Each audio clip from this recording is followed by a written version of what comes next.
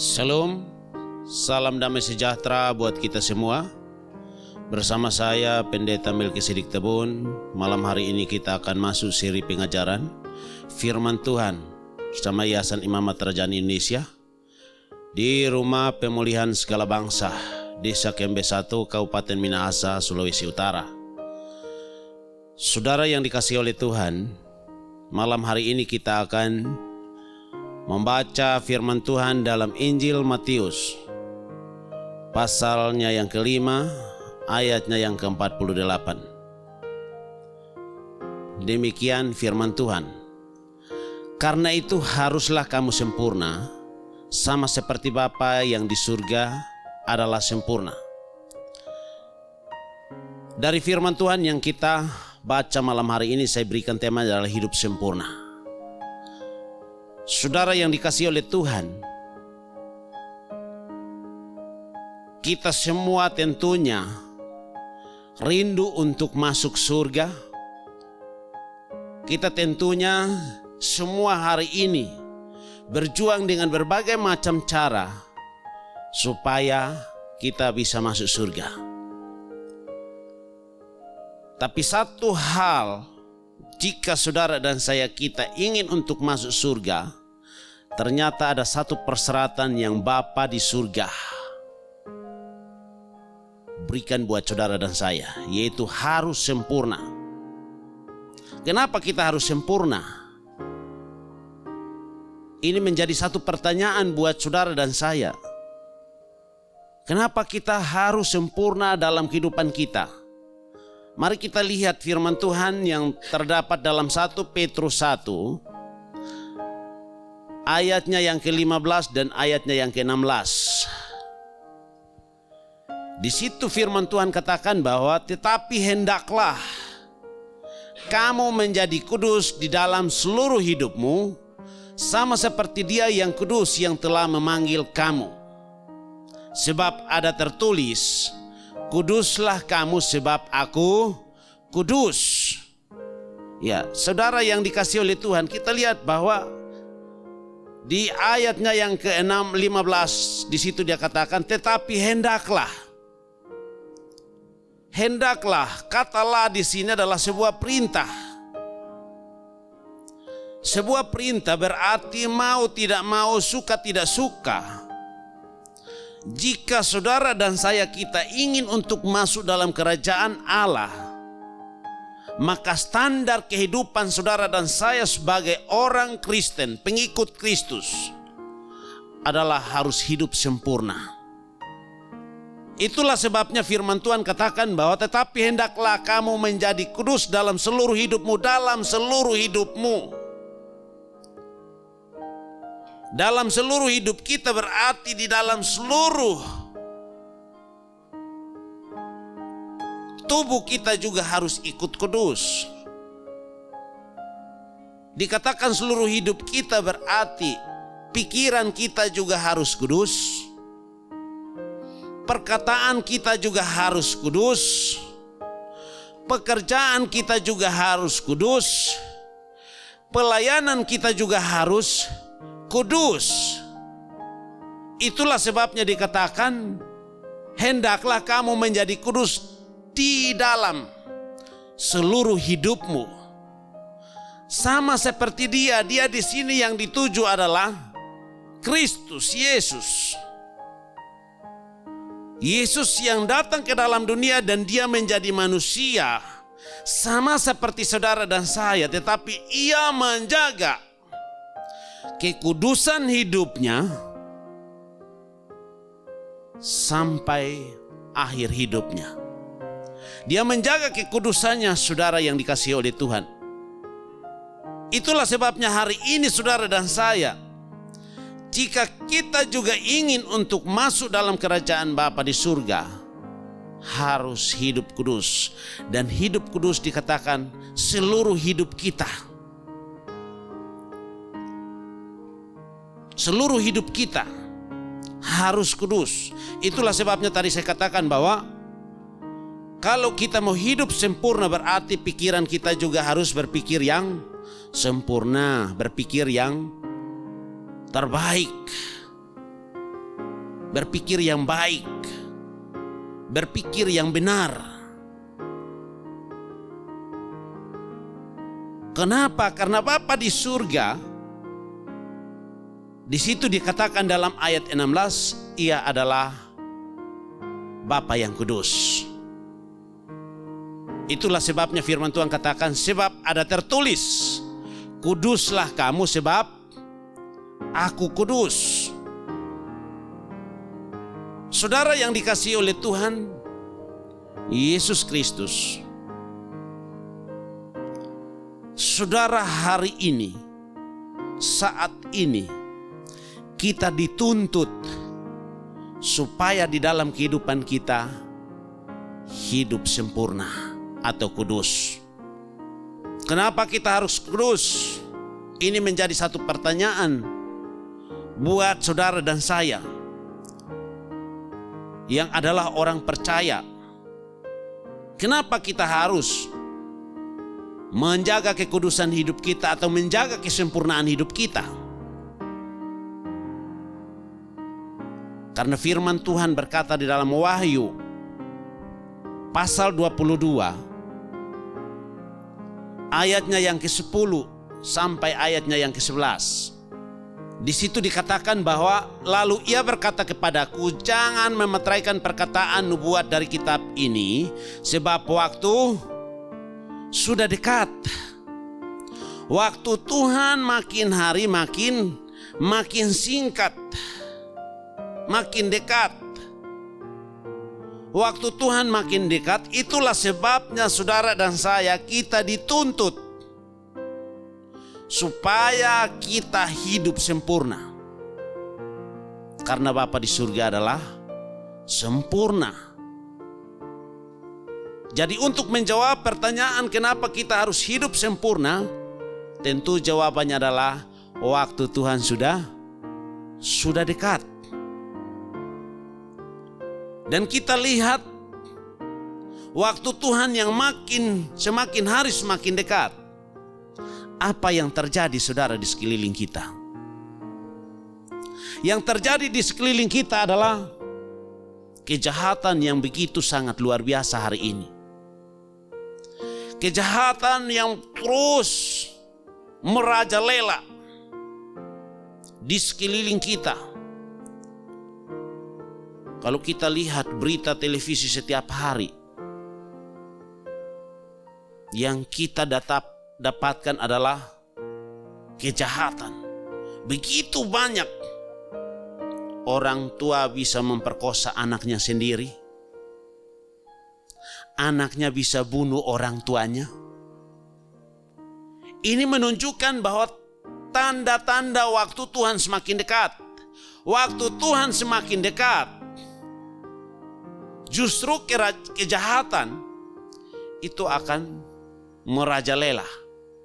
Sehingga firman Tuhan katakan di dalam Wahyu 22 ayat yang ke-11, di situ dikatakan, barang siapa yang berbuat jahat, biarlah ia terus berbuat jahat.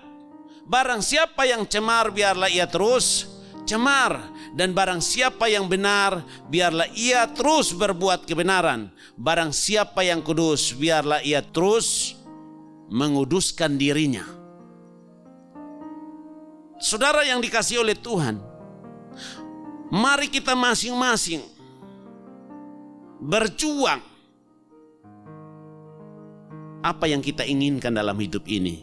Kita ingin memasuk surga atau memasuk neraka? Kalau mau masuk neraka, teruslah berbuat jahat. Terus mencemarkan hidupmu. Tetapi jika hari ini saudara yang dikasihi oleh Tuhan, engkau rindu supaya engkau mau masuk dalam kerajaan Bapa di surga, maka belajarlah untuk terus melakukan kebenaran. Dan firman Tuhan katakan, yang berbuat benar biarlah ia terus berbuat benar. Tapi yang menguduskan diri biarlah ia terus hidup dalam kekudusan itu, karena kekudusan itu akan membawa kita menuju kesempurnaan hidup dan kita layak di hadapan Tuhan. Karena itu saudara yang dikasihi oleh Tuhan, mari bangkit. Bangkit dan terus melangkah untuk melawan setiap tipu muslihat iblis yang hari ini terus mengejar kehidupan kita sebagai orang percaya, menghimpit hidup kita. Itulah sebabnya firman Tuhan katakan di dalam Yakobus pasalnya yang 4 ayatnya yang ke-7. Di situ dikatakan bahwa karena itu tunduklah kepada Allah dan lawanlah iblis, maka ia akan lari daripadamu. Tunduk kepada Allah berarti kita mau taat kepada Tuhan. Kita mau mengikuti apa yang Tuhan perintahkan. Kita mau setia kepada Tuhan. Dan orang yang setia kepada Tuhan, orang yang taat kepada Tuhan, hidupnya akan semakin hari akan sama seperti Kristus. Itulah sebabnya firman Tuhan katakan, tunduklah kepada Allah dan lawanlah iblis. Kalau kita lawan setiap perbuatan-perbuatan iblis yang ingin untuk menyesatkan hidup saudara dan saya, kita tidak meneladani apa maunya iblis, maka lama-lama dia akan menjauh daripada kita. Karena itu jangan sekali-kali engkau mengizinkan iblis untuk bekerja dalam hidupmu supaya kita melakukan kejahatan. Bahkan pun di dalam ayatnya yang ke-8, Yakobus pasal 4 ayatnya yang ke-8. Di situ dikatakan mendekatlah kepada Allah dan ia akan mendekat kepadamu. Tahirkanlah tanganmu hai kamu orang-orang berdosa dan sucikanlah hatimu hai kamu orang yang mendua hati. Mendekatlah kepada Allah. Mendekat kepada Allah berarti kita mau hidup selalu berada dalam hadirat Tuhan. Hidup selalu mengandalkan Tuhan. Hidup selalu memprioritaskan Tuhan. Itu adalah orang yang mendekat kepada Allah. Mendekatlah. Ini adalah sebuah perintah juga. Kalau kita mau lolos dari genggaman kuasa iblis, dekat kepada Tuhan, hidup dekat kepada Tuhan. Karena ketika kita hidup dekat kepada Tuhan, Tuhan juga akan dekat kepada saudara dan saya. Nah, dekat kepada Tuhan berarti harus terus menerus. Bukan berarti hari ini dekat, besok tidak. Atau ada masalah dekat dengan Tuhan, terus tidak ada masalah jauh dari Tuhan, tidak. Mendekat kepada Allah di sini menggambarkan bahwa baik dalam susah maupun senang kita harus selalu ada di dalam Tuhan, mengandalkan Tuhan. Itu orang yang mendekat kepada Tuhan. Karena orang yang dekat kepada Tuhan dengan tekun, itu akan membuat dia semakin hari hidupnya akan semakin sempurna. Amin. Orang yang makin dekat kepada Tuhan, hidupnya semakin hari akan semakin sempurna. Mari kita lihat firman Tuhan dalam Yakobus pasal 1 ayatnya yang ke-4. Di situ dikatakan biarkanlah ketekunan itu memperoleh buah yang matang, supaya kamu menjadi sempurna dan utuh dan tak kekurangan suatu apapun. Saudara yang dikasihi oleh Tuhan, ternyata kalau kita ikut Tuhan dengan tekun, mendekat dengan Tuhan dengan tekun,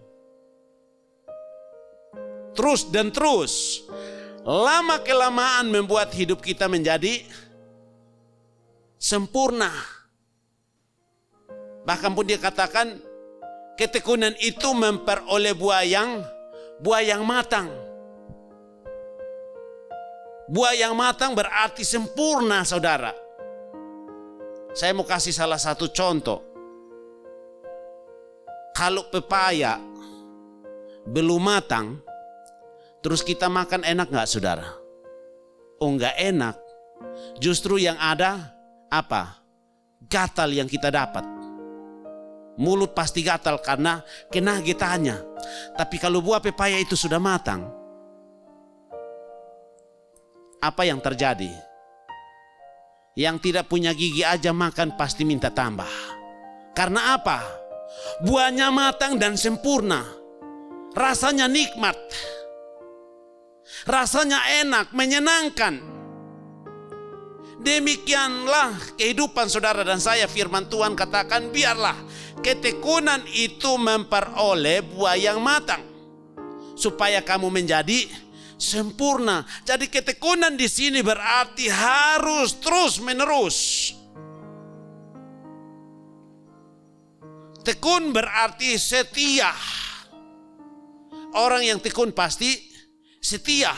Dan orang yang setia pasti taat. Dan orang yang taat adalah orang yang setia. Dan orang yang taat pasti orang yang tekun. Amin. Itulah firman Tuhan katakan bahwa ketekunan itu memperoleh buah yang matang, supaya kamu menjadi sempurna. Saudara dan saya menjadi sempurna dan utuh, dan tak kekurangan suatu apapun. Kenapa kita harus tekun sampai kita matang dan kita menjadi sempurna? Karena jika saudara dan saya kita tidak sempurna, sekali-kali saudara dan saya tidak akan layak di hadapan Tuhan. Kita tidak akan layak untuk menyongsong Dia yang akan datang kembali untuk menjemput saudara dan saya. Amin. Itulah sebabnya firman Tuhan katakan dalam Maleakhi pasal 3 ayatnya yang pertama sampai dengan ayatnya yang ketiga.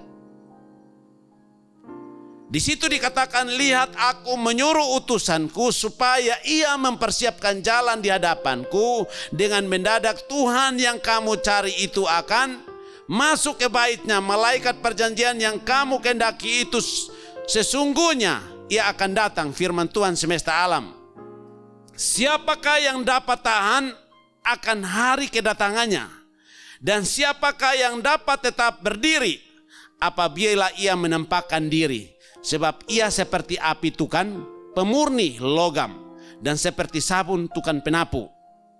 Ia akan duduk seperti orang yang memurnikan dan mentahirkan perak, dan ia akan mentahirkan orang Lewi, menyucikan mereka seperti emas dan seperti perak, supaya mereka menjadi orang-orang yang mempersembahkan korban yang benar kepada Tuhan. Nah saudara yang dikasihi oleh Tuhan, kalau kita lihat tadi ayat 2, ayat 2 itu di situ sangat jelas. Di situ dikatakan, siapakah yang akan dapat tahan akan hari kedatangannya? Dan siapa yang dapat tetap berdiri apabila ia menampakkan diri? Sebab ia seperti api tukang pemurni logam.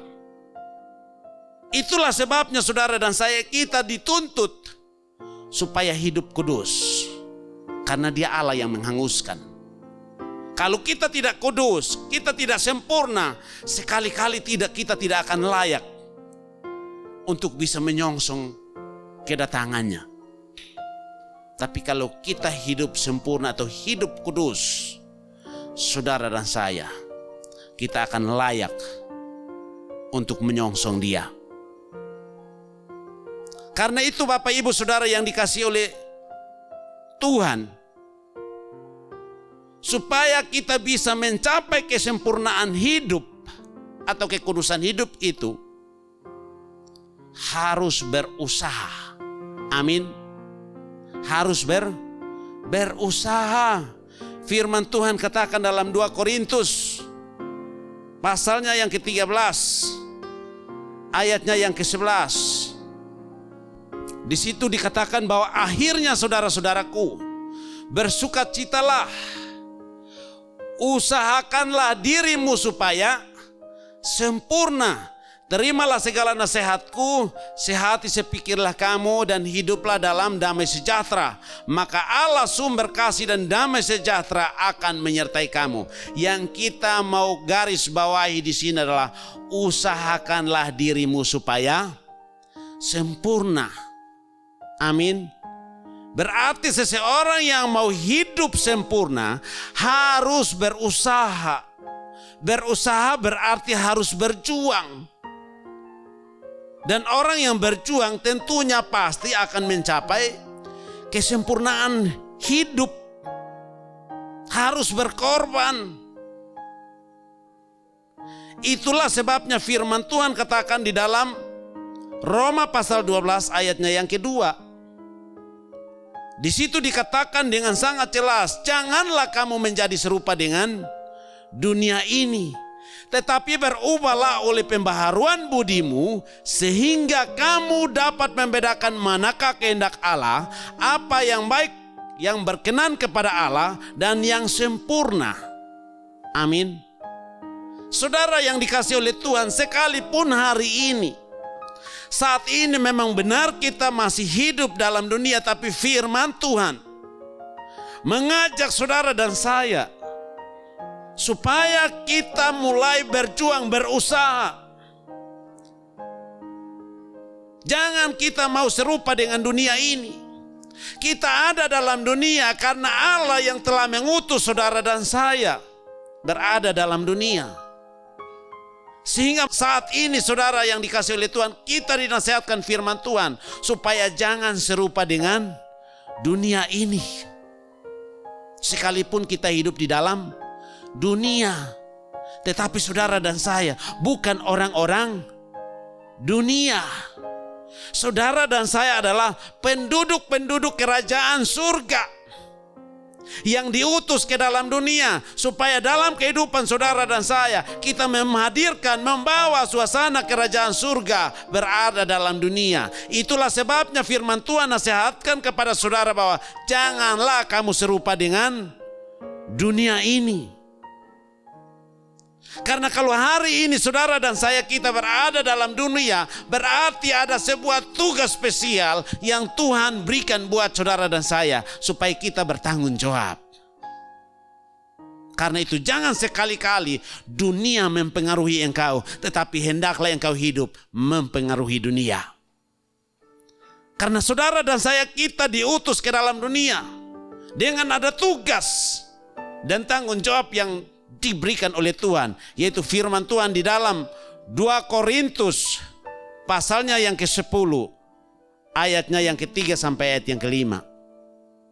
Di situ dikatakan memang kami masih hidup di dunia, tetapi kami tidak berjuang secara duniawi. Jadi hari ini kita memang masih hidup dalam dunia, tetapi saudara dan saya, tadi saya katakan bahwa kita bukan orang-orang duniawi, tetapi kita adalah penghuni-penghuni kerajaan Allah.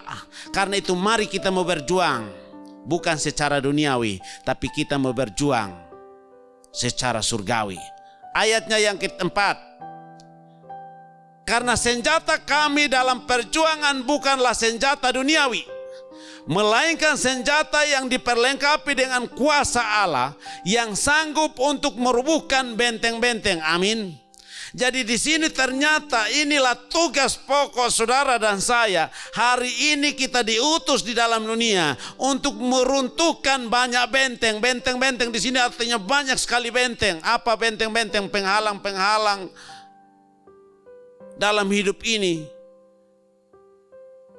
Termasuk benteng-benteng kebodohan, benteng-benteng kemiskinan, benteng-benteng tinggi hati, benteng-benteng kesombongan, keangkuhan.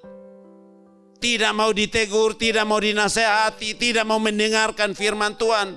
Itu adalah tugas saudara dan saya sebagai orang-orang kerajaan Allah. Kita diutus supaya hari ini kita merubuhkan semua benteng-benteng itu, termasuk benteng penyembahan berhala, benteng persinahan. Karena benteng-benteng ini menghalangi yang terbaik daripada Tuhan. Amin.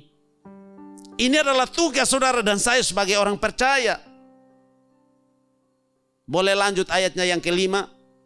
Ayat yang kelima di situ dikatakan, kami mengatakan setiap siasat orang yang merubuhkan setiap kubu yang dibangun oleh keangkuhan manusia untuk menentang pengenalan akan Allah. Kami menawan segala pikiran dan menaklukkan kepada Kristus.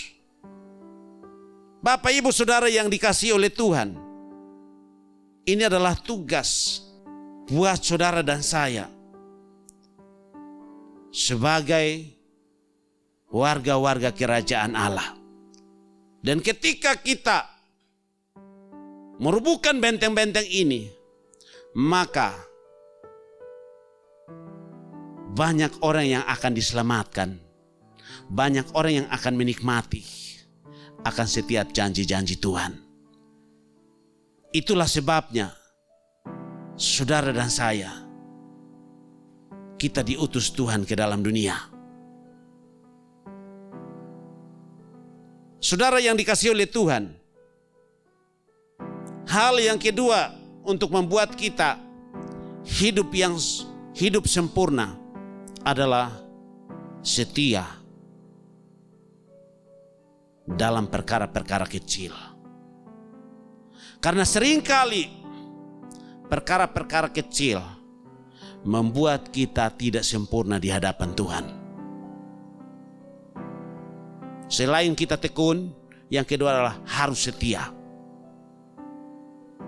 Dan firman Tuhan katakan bahwa jika saudara dan saya kita setia dalam perkara-perkara yang kecil, Tuhan akan mempercayakan juga perkara-perkara yang besar.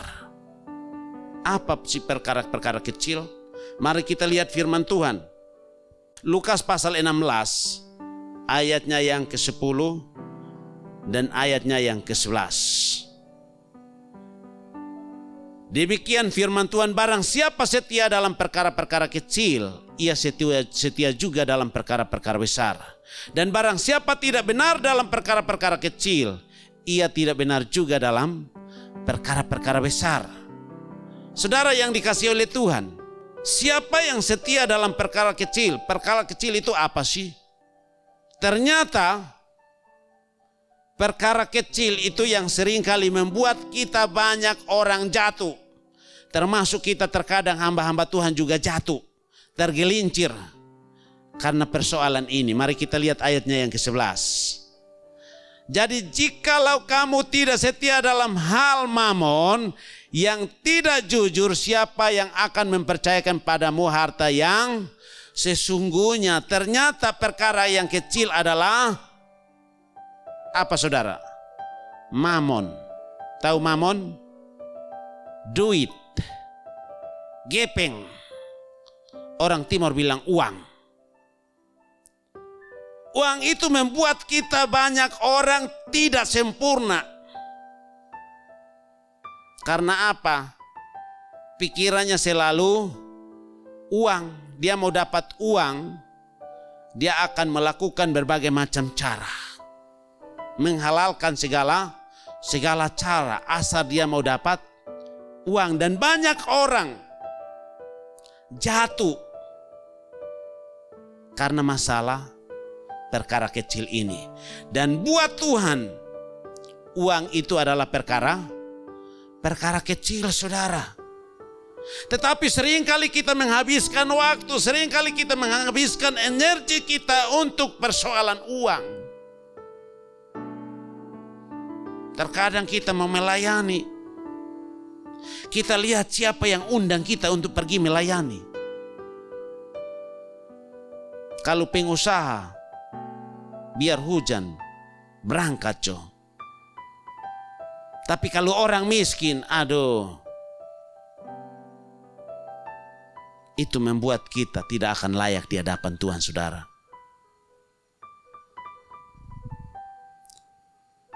Terkadang kita melayani tawar-menawar.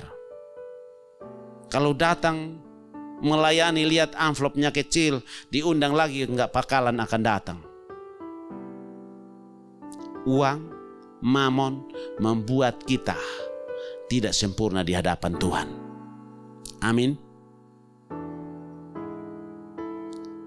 Dan orang yang selalu hatinya terikat pada uang, dia tidak akan layak di hadapan Tuhan. Itulah sebabnya kita lihat ada kisah cerita tentang orang muda yang kaya. Ketika dia bertanya kepada Tuhan Yesus, hal apa yang harus kuperbuat supaya saya masuk surga? Boleh kita baca firman Tuhannya ya di dalam Matius pasal 19. Ayatnya yang ke-16 sampai dengan ayatnya yang ke-21. Demikian firman Tuhan, ada seorang yang datang kepada Yesus dan berkata, Guru, perbuatan baik apakah yang harus kuperbuat untuk memperoleh hidup yang kekal? Lanjut, jawab Yesus, apakah sebabnya engkau bertanya kepadaku tentang apa yang baik?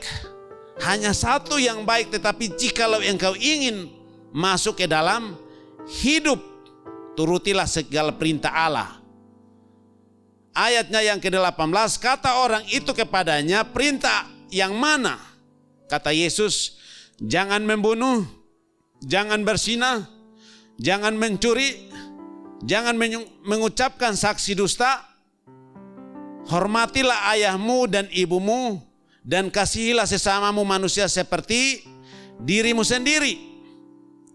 Kata orang muda itu kepadanya, semuanya itu telah kuturuti, apalagi yang masih kurang. Ketika orang muda itu bercakap dengan Yesus, Tuhan Yesus bilang, kau taat kepada semua perintah Tuhan. Jangan berzina, jangan bersaksi dosa dan seterusnya. Orang muda itu dengan ketegasannya dia katakan, semuanya sudah kulakukan, apalagi yang masih kurang.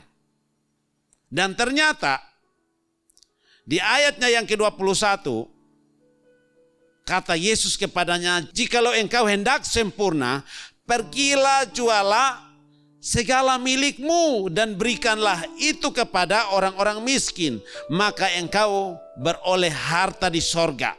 Kemudian datanglah kemari dan ikutlah aku. Pergilah, jual segala milikmu. Ketika Yesus berkata demikian kepada orang muda yang bertanya kepadanya, dan kita lihat orang muda ini dia hidup benar loh. Hidup taat. Tetapi ternyata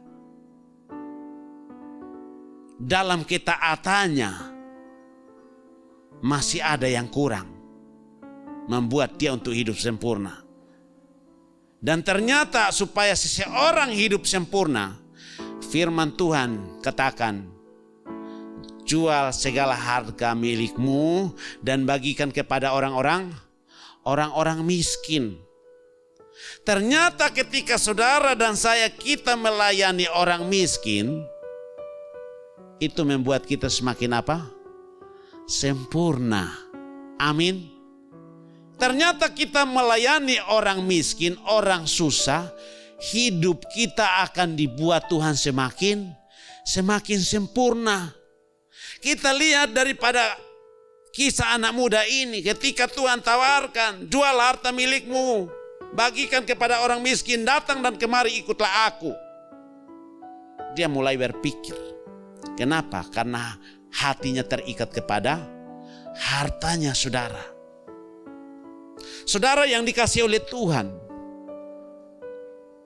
jika engkau hidup sempurna dan jika engkau hidup diberkati, layanilah mereka yang miskin. Karena ketika engkau melayani orang miskin, itu akan membuat engkau semakin hari semakin sempurna. Saudara akan baca sendiri masing-masing di dalam Matius pasalnya yang ke-25. Itu mulai dari ayatnya yang ke-31 sampai dengan ayatnya yang ke-46. Di situ judulnya adalah penghakiman terakhir. Di situ Kalau kita baca firman Tuhan ini, ada orang-orang benar yang Tuhan usir mereka juga, saudara. Ada orang-orang benar yang Tuhan usir. Kenapa Tuhan usir mereka? Karena Tuhan bilang, waktu aku susah kamu tidak menolong aku. Waktu aku telanjang kamu tidak memberi aku pakaian. Waktu aku haus kamu tidak memberi aku minum. Waktu aku lapar kamu tidak memberi aku makan. Waktu aku telanjang kamu tidak memberi aku pakaian. Waktu aku sakit dan dalam penjara kamu tidak melawat aku. Lalu kita lihat banyak orang-orang benar yang protes sama Tuhan. Kapan kami lihat Tuhan lapar, Tuhan haus, Tuhan telanjang, Tuhan ada di penjara, lalu kami tidak melayani Tuhan. Tuhan usir mereka, saudara. Mereka protes sama Tuhan. Dan ternyata Tuhan tolak mereka. Karena itu Bapak Ibu Saudara yang dikasihi oleh Tuhan, supaya hidupmu semakin hari semakin sempurna dan layak di hadapan Tuhan, lakukanlah pelayanan-pelayanan ini. Karena firman Tuhan katakan, jika engkau melayani salah satu dari orang-orang ini, akulah mereka. Jadi ketika engkau datang kunjungin orang-orang yang ada di penjara, itu membuktikan engkau mengunjungi Kristus. Ketika engkau datang melayani orang-orang yang ada di pinggir jalan, itu membuktikan engkau melayani Kristus. Karena itu janganlah tutup matamu, saudara, supaya pada akhirnya engkau tidak ditolak oleh Tuhan. Dan ingat saudara yang dikasihi oleh Tuhan, ketika engkau melayani orang yang miskin, justru engkau akan membuat Tuhan tidak tenang melihat saudara. Sebagaimana firman Tuhan katakan dalam Amsal pasalnya yang ke-19 ayatnya yang ke-17.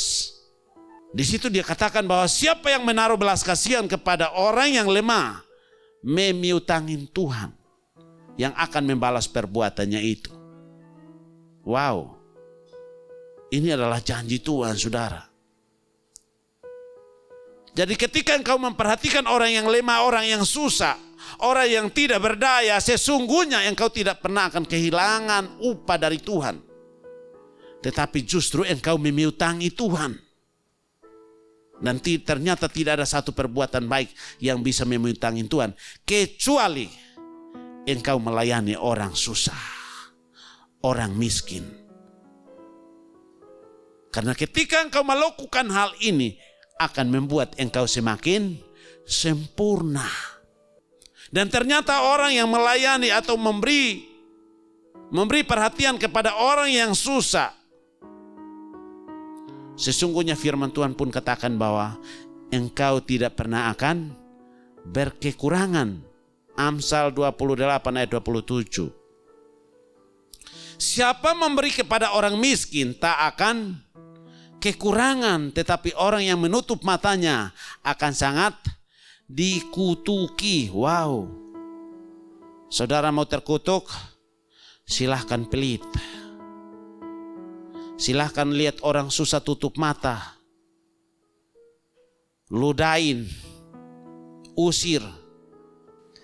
Pilihan saat ini ada di tanganmu. Engkau mau menjadi orang yang terkutuk atau orang yang mau diberkati Tuhan? Pilihan di tangan saudara. Ketika engkau memberi kepada orang miskin, engkau tidak akan berkekurangan. Justru semakin hari engkau akan makin diberkati. Kenapa? Karena engkau memberkati orang-orang pilihan Tuhan. Karena Tuhan bilang, aku ada di antara mereka. Siapa sih yang mau miskin? Siapa sih yang pingin masuk penjara? Semua orang pasti tidak mau miskin dan tidak mau masuk penjara, tidak mau hidup susah. Tetapi Tuhan izinkan hal ini terjadi supaya kita yang lain juga mengerjakan keselamatan itu. Itulah sebabnya firman Tuhan katakan, siapa yang memberi kepada orang miskin tak akan berkekurangan. Tetapi orang yang menutup matanya akan sangat dikutuki. Dan ketika engkau melayani orang miskin, saudara, itu membuktikan bahwa engkau sedang menabung hartamu di surga. Amin. Sesuai dengan firman Tuhan dalam Matius pasal 6. Ayatnya yang ke-19 sampai dengan ayatnya yang ke-21.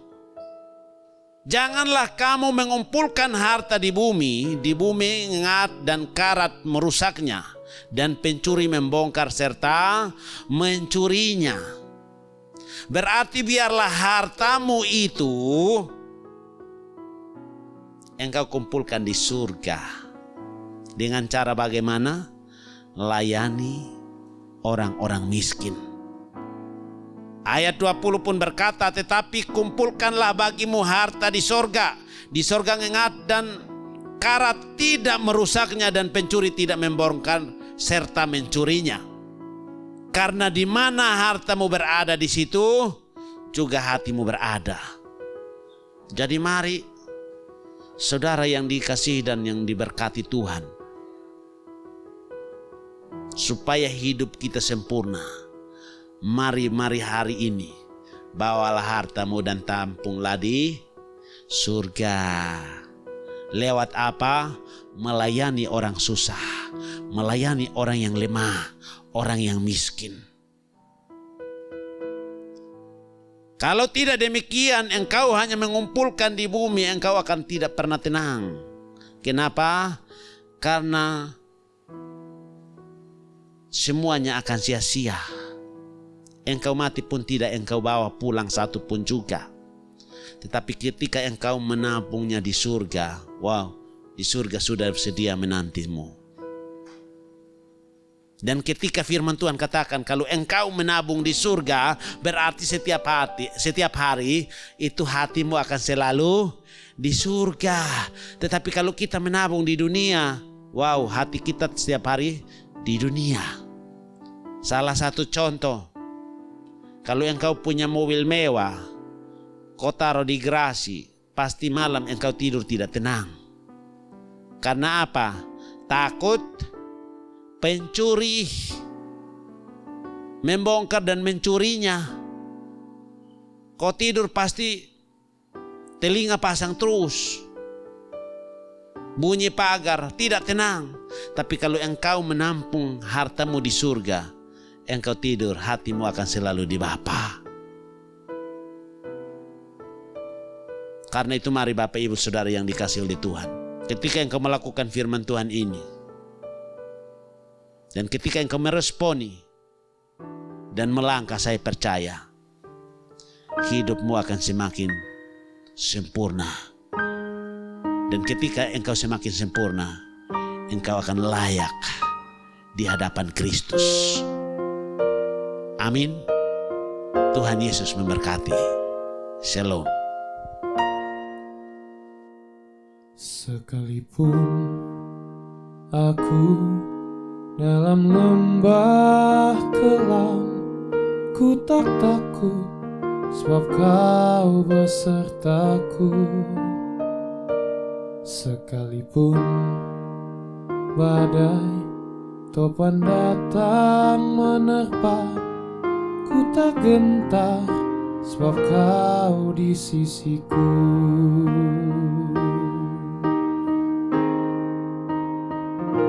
Sekalipun aku dalam lembah kelam, ku tak takut, sebab kau besertaku.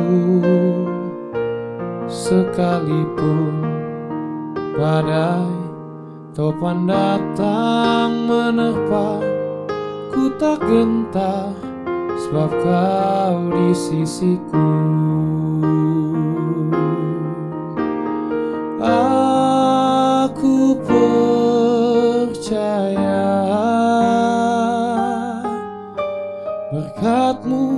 atasku melimpah.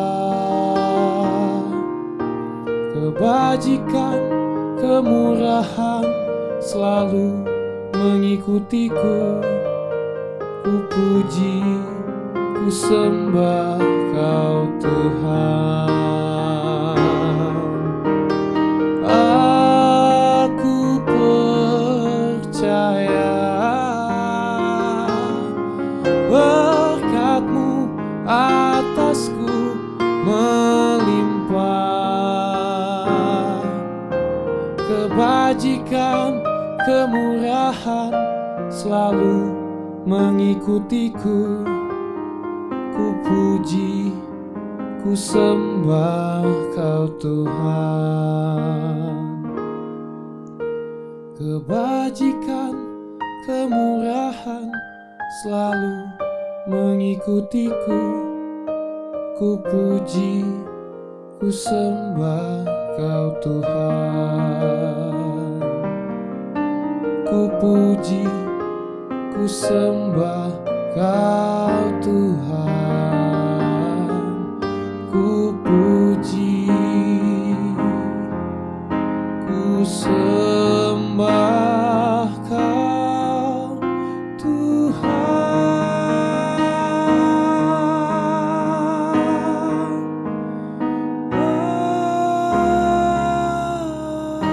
Kita akan mengakhiri ibadah seri pengajaran kita malam hari ini. Karena itu mari kita berdoa. Bapa di surga, Bapa di dalam nama Tuhan Yesus, Allah yang kami sembah, Allah yang kami tinggikan dan Allah yang kami agungkan. Kami mengucap syukur buat kebenaran firman-Mu malam hari ini, yang telah mengajarkan kami supaya kami hidup sempurna. Dan mari Bapa di surga, setiap benih firman-Mu yang sudah hamba-Mu sampaikan, biarlah dengan kuasa Roh-Mu Tuhan Engkau materaikan setiap firman-Mu ini. Sehingga setiap kami yang sudah mendengar dimanapun berada, firman-Mu tidak berlalu daripada hidup kami. Tapi firman-Mu mau tertanam, bertumbuh dan berakar dan berbuah dalam kehidupan kami. Supaya melalui kehidupan kami, boleh kami menjadi berkat bagi semua orang. Terima kasih Bapa, hamba-Mu sudah berhenti berbicara, tapi hamba berdoa dan mohon kepadamu. Biarlah Roh Kudus terus berbicara bagi kami semua. Menerjemahkan lebih lagi dengan bahasa cinta-Mu, bahasa kasih-Mu Bapa. Sehingga saat ini setiap kami yang sudah mendengar tidak akan pulang dengan sia-sia. Tapi kami pulang dengan membawa kembali kebenaran firman-Mu. Terima kasih Bapa. Karena itu mari Bapa di surga, setiap mereka yang saat ini mendengarkan firman-Mu dengan tubuh yang lemah, Tuhan berikan kekuatan baru bagi mereka. Mereka yang mendengarkan firman-Mu dengan sakit penyakit, Tuhan sembuhkan dengan kuasa darah-Mu yang kudus. Mereka yang mendengar firman-Mu dengan hati yang berduka cita pun Tuhan hiburkan mereka. Oleh karena firman-Mu yang telah menghibur mereka ya Bapa. Terima kasih Tuhan, inilah doa dan ucapan syukur kami.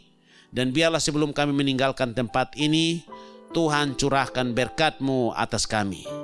Saudara yang dikasihi oleh Tuhan, arahkanlah hatimu.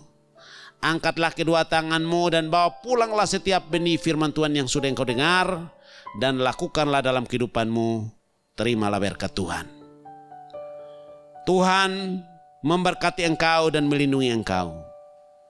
Tuhan menyinari engkau dengan wajah-Nya dan memberi engkau kasih karunia. Tuhan menghadapkan wajah-Nya kepadamu dan memberi engkau damai sejahtera. Kiranya berkat ini boleh engkau terima hanya di dalam nama Allah Bapa, Tuhan Yesus Kristus dan Roh Kudus. Amin. Tuhan Yesus memberkati. Shalom.